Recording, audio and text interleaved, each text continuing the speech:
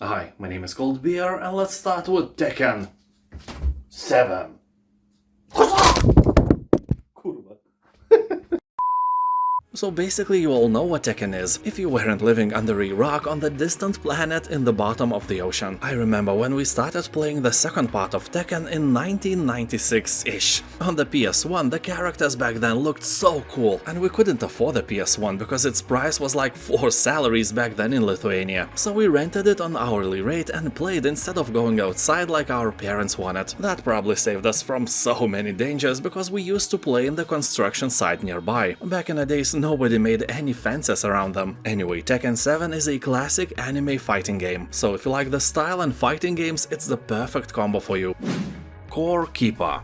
Drawn to a mysterious relic, you are an explorer who awakens in an ancient cavern of creatures, resources and trinkets. Here you will mine relics and resources to build your base, craft new equipment, survive and power up the core. Of course, you will need to defeat giant monsters, discover hidden secrets, farm crops, cook new recipes and explore a procedurally generated underground world in a mining sandbox adventure for 1 to 8 players. And I can for sure say that this is a good game. On Steam you will find above 90% positive reviews left by tens of thousands of players who bought the game. Also, I must mention that Core Keeper is way more fun in multiplayer mode, so grab your imaginary friend and dive into adventures together. Sherlock Holmes: The Awakened. If you like Sherlock Holmes and Lovecraftian stuff, this may be your spoon of potato salad. Here you become Sherlock Holmes and find yourself at the heart of terrifying Cthulhu mythos as you investigate a series of mysterious disappearances in Europe and the United States. Those are apparently linked to a dark cult that worships an ancient god. Whatever their plan is, you must put a stop to it, or, face unspeakable consequences. Yeah, all that sounds nice, but can I join the cult? Can I worship the ancient god as well? What if Sherlock decided that his life of investigations is boring and being a servant for a Dagon himself is a more fulfilling experience? I doubt that, but it would be nice if you could actually choose the unexpected way. Rain on your parade. Let me start with the fact that the game has an overwhelmingly positive review score on Steam, and it is well deserved. This is a comedy game where you play as a mean cloud determined to ruin everybody's day, just like that coworker of yours you immensely hate. Here you will play across a wide range of levels, while unlocking new abilities and mechanics that get progressively more ridiculous. It's a mix of puzzle and adventure. You travel across the world inventing new ways of causing chaos and mayhem, just like your cat on Zoomies. Turn the perfectly dry and sunny wedding day into a wet one, and not in a good sense if you know what I mean. Unleash thunder and lightning upon the cities, bring pandemonium to supermarket shoppers, destroy farmers' crops, sneak around military bases and rain down meteors on dinosaurs. Yeah, it's all your fault, or will be. It is a fantastic game, a must-play for everyone who ever felt hate, even for a little. Bonfire Peaks. There is a big chance that you have never heard about this game, but in my channel I am famous for digging up hidden treasures like this. Bonfire Peaks is a puzzle game where you will navigate various environmental riddles in a beautifully designed world. One of the things that was really surprising for me was how much time people have spent playing this game. The medium ground would be around 40 hours, but I have seen several dudes with more than 100 hours of playtime. The game itself has above 90% positive reviews. Even the dude who gave a negative review has 34 hours on record. I guess he's a masochist of some sort. Usually when I don't like something, I don't participate in that activity for 34 hours. Just saying, but who am I to judge? Anyway, this is a very clever game with interesting puzzle mechanics that won't let you dive into boredom. Also, you can play the demo version on Steam absolutely free.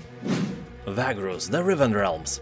This game is intended for thinkers, for people who like to carefully analyze statistics, plan their future adventures and so on. Although keep in mind that Vagrus is a very hard game. If you are looking for a casual experience, it is definitely not a good choice for you. So here you'll find a vast realm to explore, filled with unique locations, strange factions and a colorful cast of characters. The continent is a wasteland riddled with arcane anomalies, swarming with twisted monsters and haunted by roaming undead even after long centuries of rebuilding. People on Steam are saying that this is a beautiful game, but only for those with the patience and critical thinking. Despite that, the combat here is very basic and based on RNG, so don't expect miracles.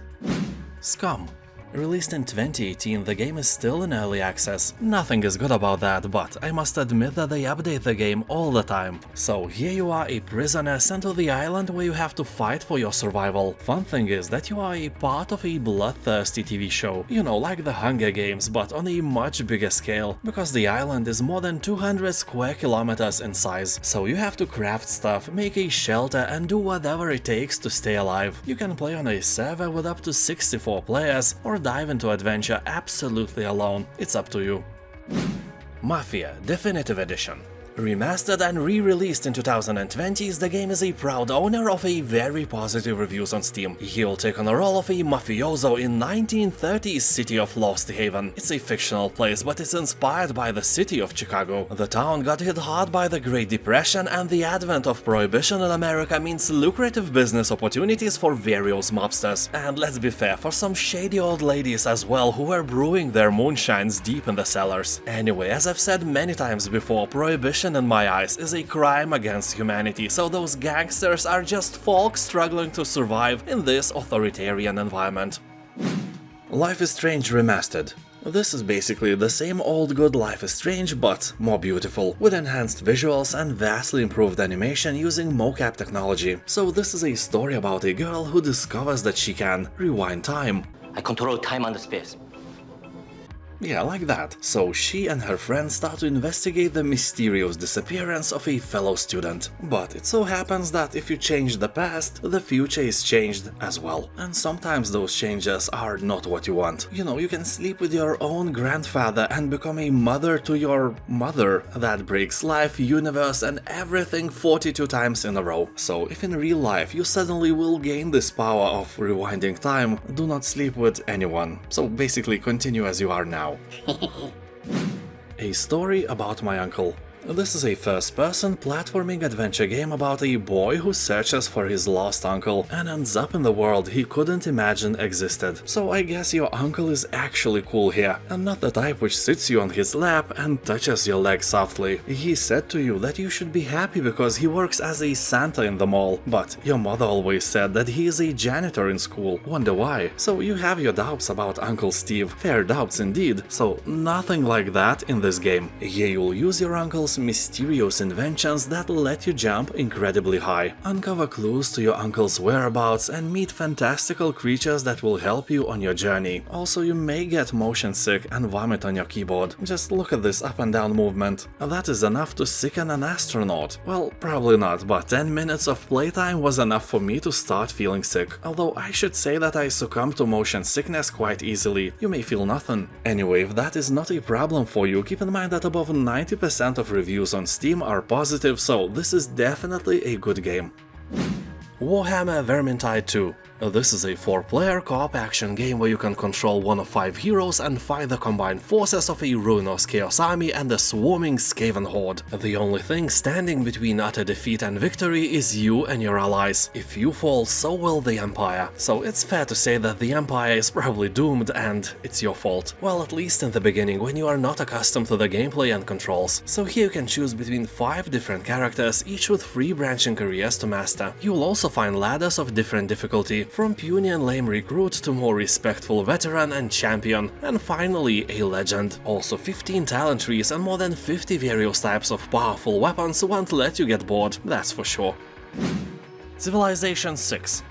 If you want to keep your virginity strong, this game is one of the best ways to never lose it. Although Civilization games are definitely not for everyone, the sheer amount of mechanics can be really overwhelming for a new player, and not everyone likes to read a lot and enjoy changing numbers and colors on the map. To be fair, for everyone who never played Civilization, the game looks like a simple, boring board game, but the trick is that this simplicity is just a tip of a dick. It's way more complex than it seems. Basically, here you can become ruler of the world by establishing and leading a best civilization from the Stone Age to the Information Age. And of course, I'm talking about the mightiest country in the world, Potato Saladistan.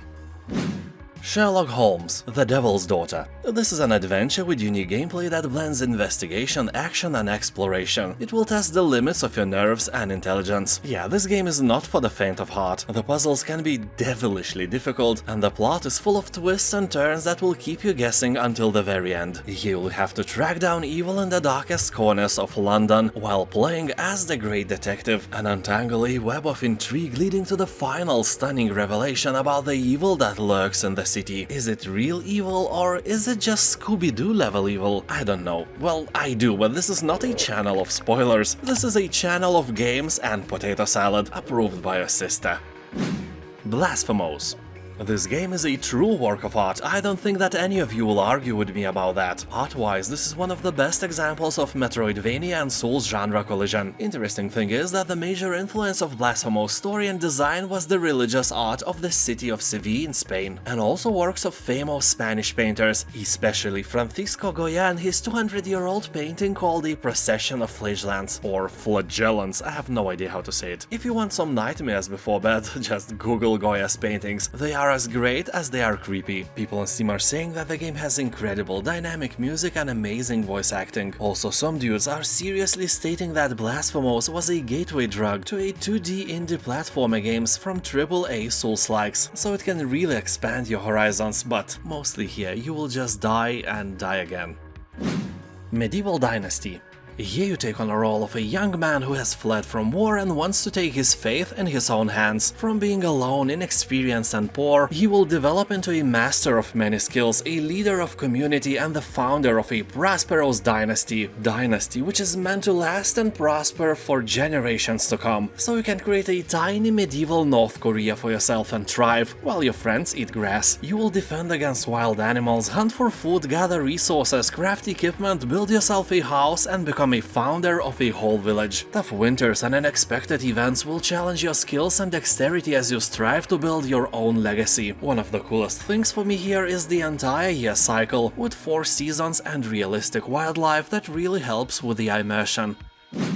Moonscars. This is a really cute pixel art Souls-like Metroidvania side-scroller where you will take on the role of someone who suspiciously looks a lot of Witcher Geralt with a dress. Oh wait, that is probably a woman. Although you never know these days, and that's okay, I like diversity. Anyway, because the game is Souls-like, you will probably die more times than you ever wanted, or as developers say, before you rise, you first must fall. Very encouraging, thanks. But here you will get stronger and sharpen your skills and reflexes, slash and parry with your sword, wield unique special weapons and command powerful magic. People on Steam are saying that if you are not Souls-like fan, the game is ridiculously hard to beat and you can be stuck on some boss forever. So it is a really good choice for various masochists and people who hate themselves.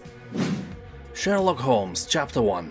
Here you as a young Sherlock Holmes will struggle to prove yourself as you navigate an exotic, dangerous island. Deep within the Mediterranean, you will investigate the mystery of your mother's death. Your legacy is written by the decisions you make. Deception, violence and deduction are just a few resources in your arsenal. Whether you choose brute force to solve your problems or stay one step ahead of your enemies by using your wits to spot vulnerabilities, you decide what each situation demands as you hone your investigative skills. It's time to confront your past so you can become the legend you are destined to be. People on Steam are saying that this is a great game, although many are complaining that the open world part is an overkill. You know, running vast distances from one object to another feels a bit like a fetch quest. And now thank you for watching, and if you like my videos you can support me on Patreon and become a sponsor of every video I make. Have a nice day, and I'll see you next time. Bye.